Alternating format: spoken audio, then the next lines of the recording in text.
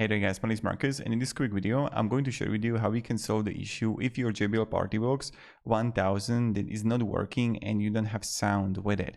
So this is something that you can try, and let me down below in comments if it's going to help. So the first thing is that you want to have it turned on if you can, and then when you're going to be turned on, you want to hold the plus button and the play button at the same time. So you're going to turn it on and then just hold the plus button and the play button at the same time and just press it together and just hold it, right? 10-15 seconds. Then it should like do-do-do. It should like turn off, and then it's done.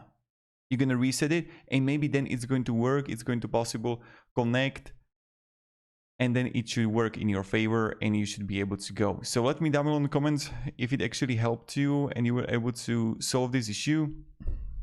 And thank you very much for watching, and have a great day, and goodbye.